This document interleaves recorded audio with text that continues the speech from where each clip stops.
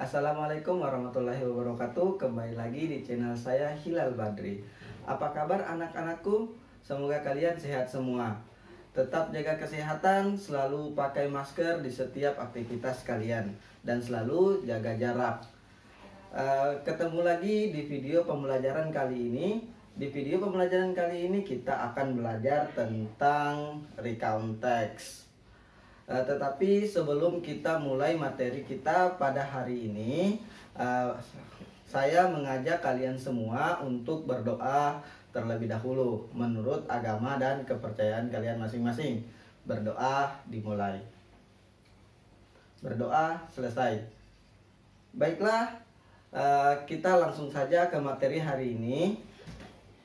Anak-anakku, pernahkah kalian pergi ke sini? Atau pernah berlibur ke sini, atau pernah mengalami suatu kejadian yang tidak pernah dilupakan?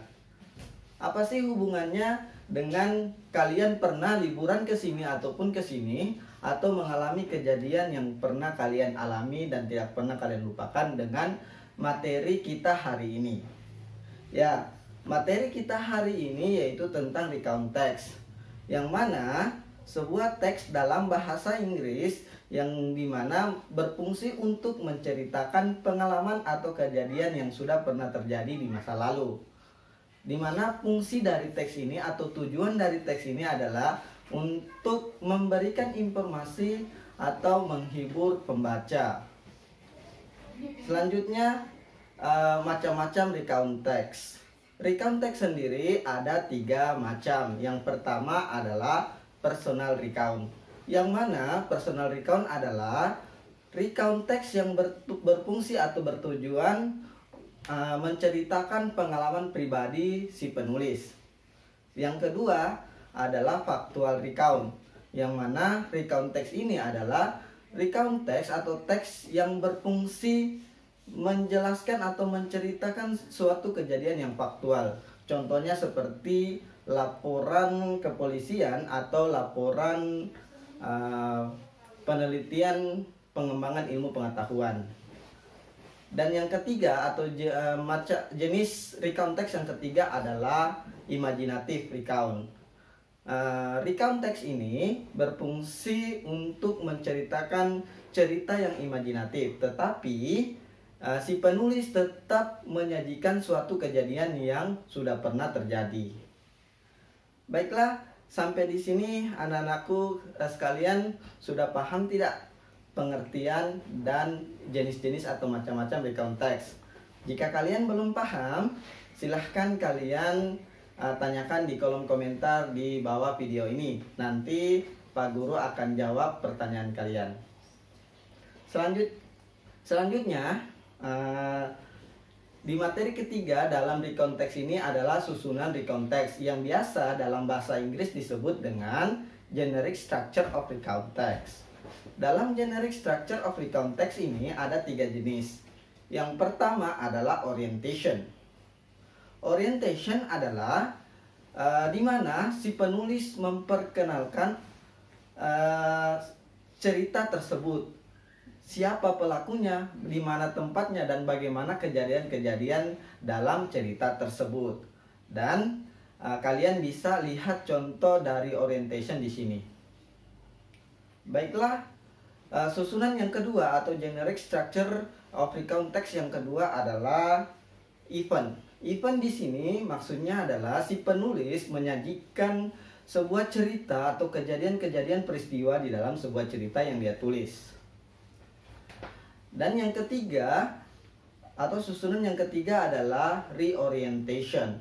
Reorientation di sini adalah pengulangan dari orientation, di mana si penulis merangkum semua kejadian-kejadian dalam sebuah cerita yang dia tulis. Selanjutnya,